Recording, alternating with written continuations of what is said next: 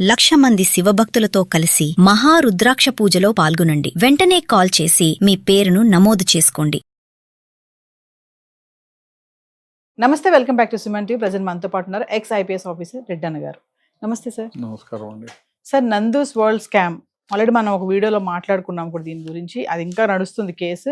రీసెంట్గా న్యూస్ ఏంటంటే ఇప్పుడు మధుకర్ పేరెంట్స్ ఎవరైతే ఉన్నారో ఇండియాలో వాళ్ళని విచారిస్తున్నారు. మరి ఇప్పుడు వీళ్ళు వస్తారా ఇండియాకి యూకే నుంచి అని అంటే లీగల్గా ఎలాంటి యాక్షన్స్ ఉంటాయి ఏంటి సార్ ఒకసారి?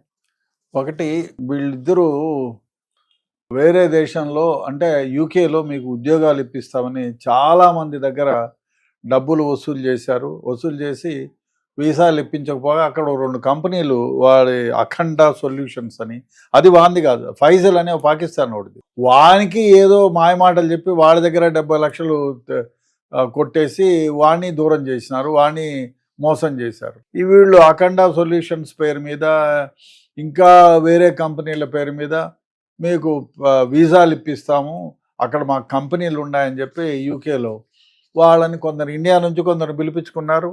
వాళ్ళకి టెంపరవరీ వీసా, విజిటర్ వీసా తీసుకొని అక్కడ తీసుకున్న తర్వాత హోటళ్ళల్లో పెట్టి ఆ పని ఈ పని చేయించి మీకు ఉద్యోగం ఇప్పట్లో రాదని చెప్పి వచ్చేసారు. వాళ్ళు ఇచ్చిన కంప్లైంట్ పైన అట్లా మోసపోయి చివరికి ఏం చేయాలో తోచక ఇండియాలోకి వచ్చి కంప్లైంట్ ఇస్తేనే ఈ ఎఫ్ఐఆర్ కట్టినారు. ఇట్లా చాలామంది దగ్గర మీకు వీసాలు ఇప్పిస్తామని డబ్బులు తీసుకునేది, మీ లాస్ట్లో ఆ గవర్నమెంట్ మారిందనో ఏదో ఒక సాగు చెప్పేది, ఇప్పట్లో కాదు ఇంకా 6 నెలలు పడుతుంది, ఇంకా 3 నెలలు పడుతుంది, ఇట్లే చెప్పి అందరినీ మోసం చేస్తూ వచ్చినారు.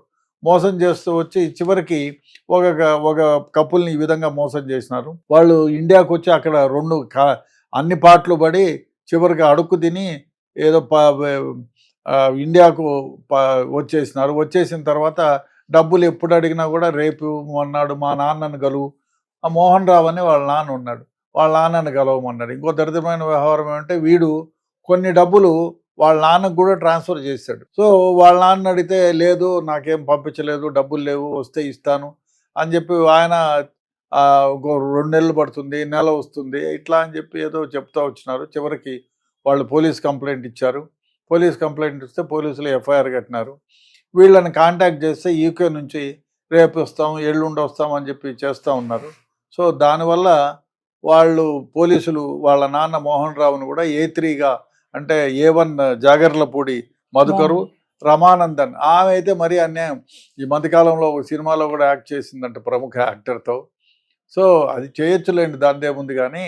బట్ ఆమె ఒక వీడియో చేసింది, నేను వీడియో చూశాను. చాలామంది మోసాలు చేస్తున్నారు, దారుణాలు చేస్తున్నారు, నేను వీళ్ళని వదలను అని చెప్పి ఒక వీడియో చేసింది. ఈమె మోసం చేస్తూ ప్రజల్ని ఈ విధంగా వీడియోలను చేసి మోసం చేయడం కూడా గొప్ప నటించదగ్గ మనం. అదేవిధంగా వీళ్ళని ఇప్పుడు యూకే నుంచి తీసుకురావాలంటే మనోళ్ళు పోలదానికి ఒక పెద్ద ఫార్మాలిటీస్ ఉన్నాయి. మనకు ఇక్కడ నుంచి ఇంటర్పోల్ని చెప్పాలి, ఇంటర్పోల్ని అలర్ట్ చేసి అక్కడ ఆ దేశంలో నోడల్ ఆఫీసర్స్ అని ఉంటారు, వాళ్ళ ద్వారా వీళ్ళని ఇండియాకి తీసుకురావాలా. ఆ ప్రయత్నాలు అయితే జరుగుతున్నాయి. డెఫినెట్గా ఇండియాకి తెస్తారు. తెచ్చిన తర్వాత వీళ్ళని అరెస్ట్ చేసి తర్వాత వాళ్ళపైన ఛార్జ్షీట్ వేస్తారు. ఛార్జ్షీట్ వేస్తే ఇంకా ఈ చీటింగ్ చేసినారు, డబ్బులు కలెక్ట్ చేసినారు, ఇట్లా ప్రాబుల్ సెక్షన్ల కింద వీళ్ళపైన ఛార్జ్షీట్ వేసి వీళ్ళపైన జైలు శిక్ష వస్తుందండి.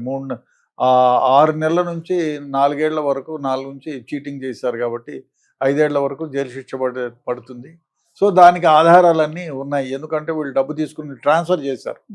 ఎవరైతే మోసపోయారో వీసా గురించి, ఆ వీసా ప్రాసెసింగ్ అని అదని ఇదని, అదే కాకుండా ప్రత్యక్షంగా వీళ్ళను టూరిస్ట్ వీసా కింద మోసపోయిన వాళ్ళని లండన్ తీసుకెళ్ళటం, అక్కడ ఏదో పిచ్చి హోటల్లో పెట్టి ఆ పనులు చేయించి పిచ్చి హోటళ్ళల్లో పని చేయించి ఏదో జీతం ఇవ్వకుండా వాళ్ళకి తిండికి సరిపోయేటట్టు ఇచ్చి అదేదో చేశారు. ఇవంతా ఎవిడెన్సెస్ ఉన్నాయి.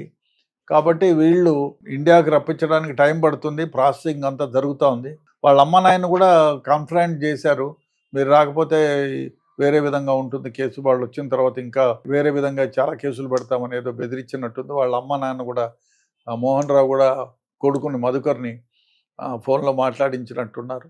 వస్తానని చెప్పినాడు. బట్ ఇవాళ ఇస్తాడా రేపు వస్తాడా అనేది తెలియదు. ఎందుకంటే వేరే దేశానికి ఎక్కడ పోయినా అక్కడ నుంచి మనం బలవంతంగా తీసుకురాలేం. తీసుకురావాలంటే ప్రాసెస్ ఉంది.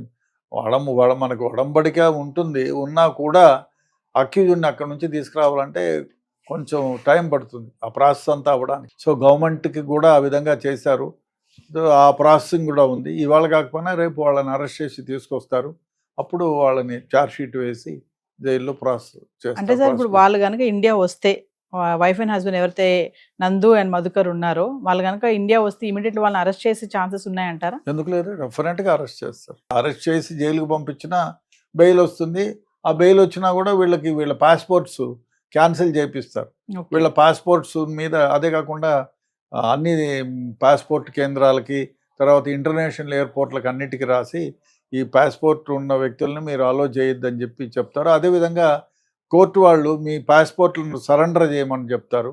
వీళ్ళ పాస్పోర్ట్లు తీసేసుకుంటారు. వీళ్ళకి పాస్పోర్ట్లు ఉండవు కాబట్టి ఎక్కడైనా ఇండియాలో ఈ ఫలానా ఏదో గుంటూరు నుంచి బయట చుట్టుపక్కల కూడా వెళ్ళడానికి వీల్లేదు, ఈ కోర్టు జ్యూరిస్డిక్షన్ తిరిగి వెళ్ళడానికి వీల్లేదని ఆంక్షలు విధించి వీళ్ళకి ఒకవేళ బెయిల్ ఇస్తే బెయిల్ ఇస్తారు. కోర్టులు బెయిల్ ఇవ్వకుండా ఏం పోరు. అంటే ఇండియా వస్తే మాత్రం వీళ్ళు మళ్ళీ రిటర్న్ యూకే వెళ్ళడానికి ఛాన్స్ తక్కువ, ఛాన్స్ ఉండకుండా చేస్తారు.